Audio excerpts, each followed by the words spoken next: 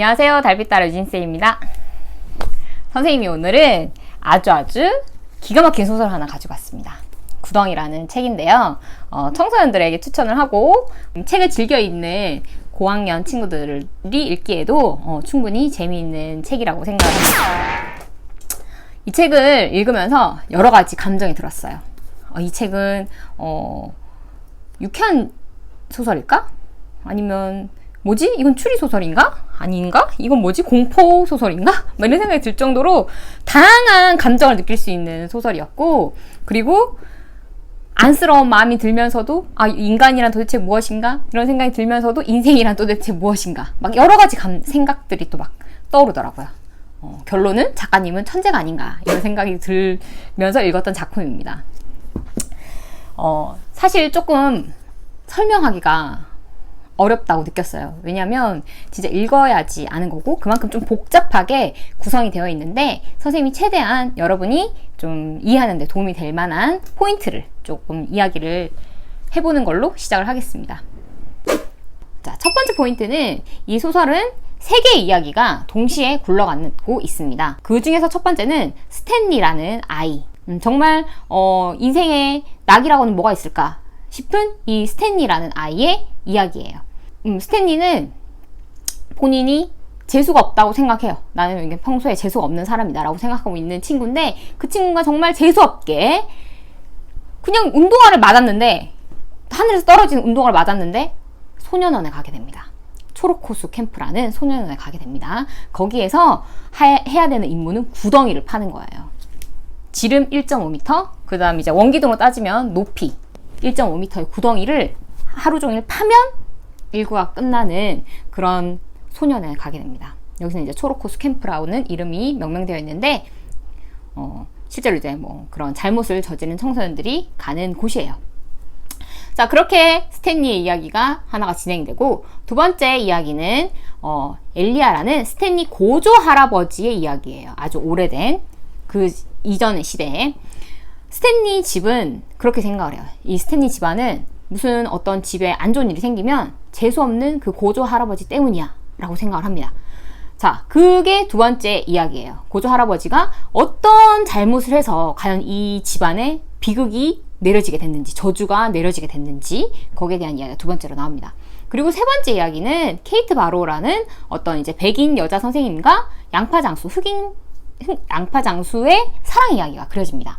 자, 그게 이제 세 번째 이야기로 구성되면서 요 세 개의 이야기가 그 절묘한 타이밍에 섞이면서 이야기가 굴러가요. 이 세 개의 이야기가 전체 이야기를 구성을 하게 되는데요. 요거를 여러분이 생각하면서 읽으면 좋아요. 그러니까 거기 나오는 인물들, 그리고 그때의 사건들이 모두 복합적으로 결국 이 두 개의 사건, 그 고조 할아버지의 사건, 그리고 케이트 바로우의 사건이 그 스탠리의 삶에 영향을 미치고 있다는 것을 보여줍니다.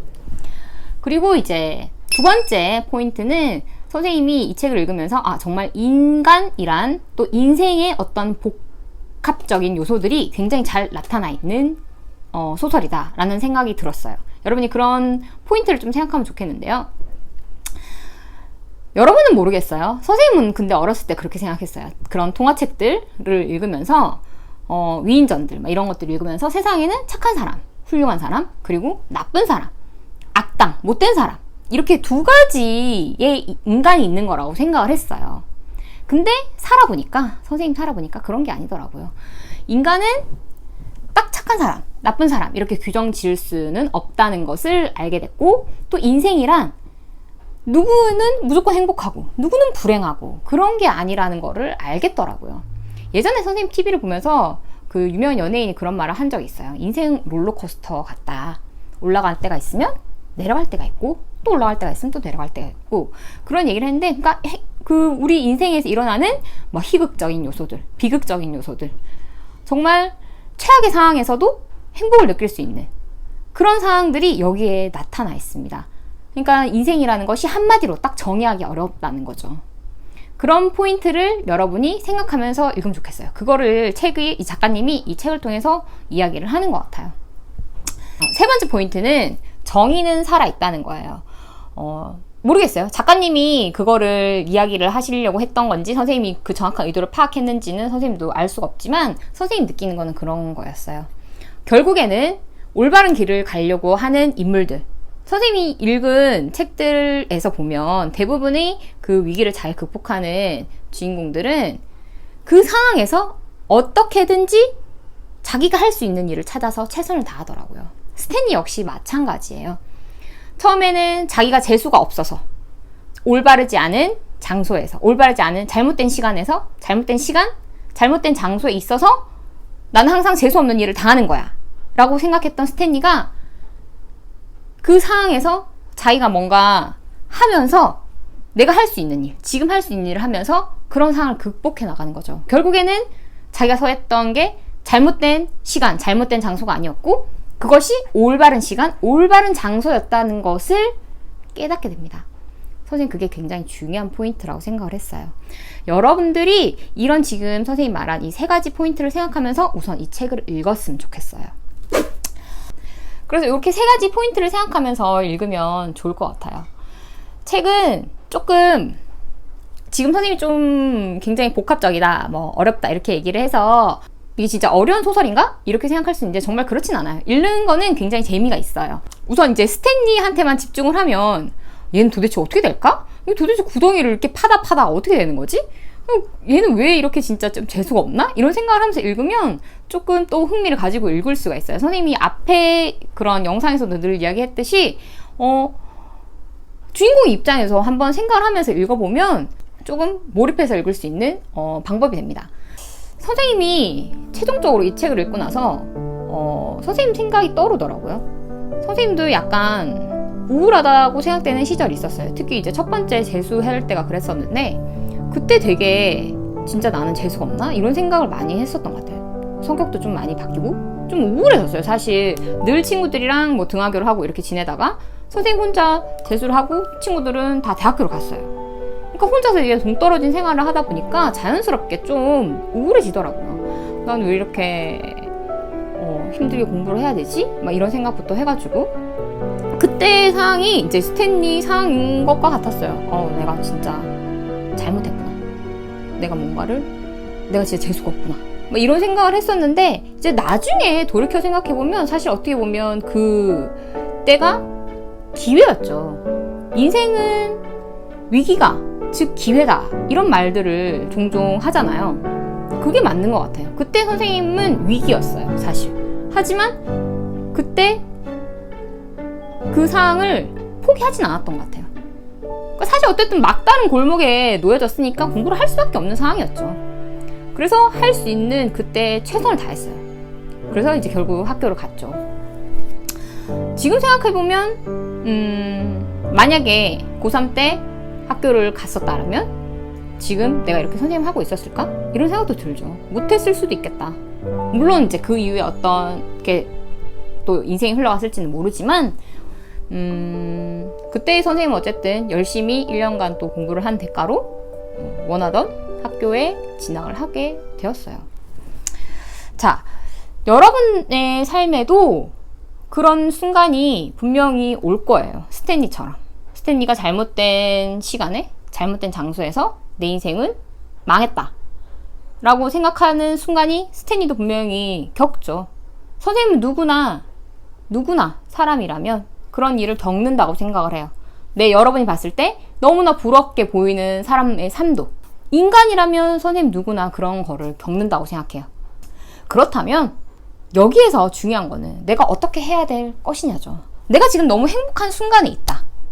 아니면 내가 지금 너무 불행한 순간에 있다. 뭐든지 상관없어요. 어느 순간에 있든 결국에는 내가 상황을 해결할 수 있다는 거예요. 그 소년원 초록 호수 캠프에서 그 지도하는 선생님 중에 한 명이 스탠리에게 이런 말을 합니다. 네가 지금 이곳에 있는 건 딱 한 사람 때문이야. 그 사람만 아니었다면 네가 이 떼앞볕 아래 구덩이를 팔 일도 없었을 거야. 그 사람이 누군지 아니? 이렇게 물어요. 그러니까 스탠리 누구라고 대답해요? 고조 할아버지 때문이라고 얘기를 해요. 그 엘리아라는 고조 할아버지 때문에 우리 그 고조 할아버지가 우리 집안 저주를 내렸기 때문에 내가 지금 이 장소에 있는 거다. 이렇게 대답을 하죠. 근데 펜데스키 선생님은 아니라고 얘기를 해요. 그 사람은 바로 너야, 스탠리. 네가 여기 있게 된 이유는 바로 너라고. 너는 네 자신에 대해 책임을 져야 돼. 네가 네 인생을 엉망으로 만든 거야. 그리고 그걸 바로 잡을 사람도 바로 너야. 다른 사람들이 그 일을 대신할 순 없어. 너희들 모두 마찬가지지. 이런 얘기를 하십니다. 물론 펜데스키 선생님이 뭐 착한 사람이다 이렇게 얘기를 할 수는 없어요. 하지만 선생님은 펜데스키 선생님이 하신 이 말씀은 맞다고 생각을 해요. 선생님도 그렇게 생각했던 적이 있었던 것 같아요. 특히 안 좋은 상황이 겹칠 때 그런 생각을 많이 했어요. 누구 때문에 내가 이렇게 안 좋아졌어. 내가 이렇게 지금 슬픈 거는 누구 때문이야. 이렇게 생각을 했던 것 같아요. 근데 돌이켜 생각해보면 이런 책을 읽으면서도 이런 책들을 읽으면서도 느끼지만 그건 아닌 것 같아요.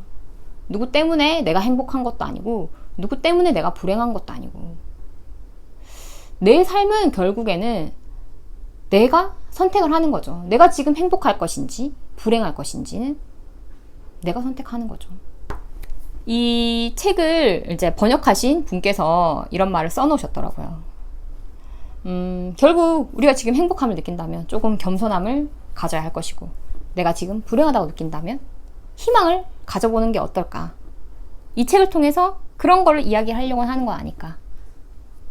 선생님도 정말 동의를 했습니다. 여러분이 지금 만족스럽고 행복함을 느끼고 있다면 내가 거기에 더 감사한 것들이 어떤 것들이 있는지 그 행복함이 당연한 것이라고 생각하지 않고 조금 더 겸손해지는 것이 어떨지 그리고 내가 지금 좀 불행하다면 조금 있으면 나에게 좋은 일이 생길 수 있을 거야 라는 그런 희망을 가져보는 건 어떨지 여러분이 이 책을 읽으면서 그런 생각을 좀 가졌으면 좋겠어요. 선생님이 책에 있는 내용들을 구석구석 설명을 해주는 것보다는 이 메시지를 오늘은 꼭 전하고 싶었어요. 유진쌤 책책책 오늘은 여기까지 하겠습니다.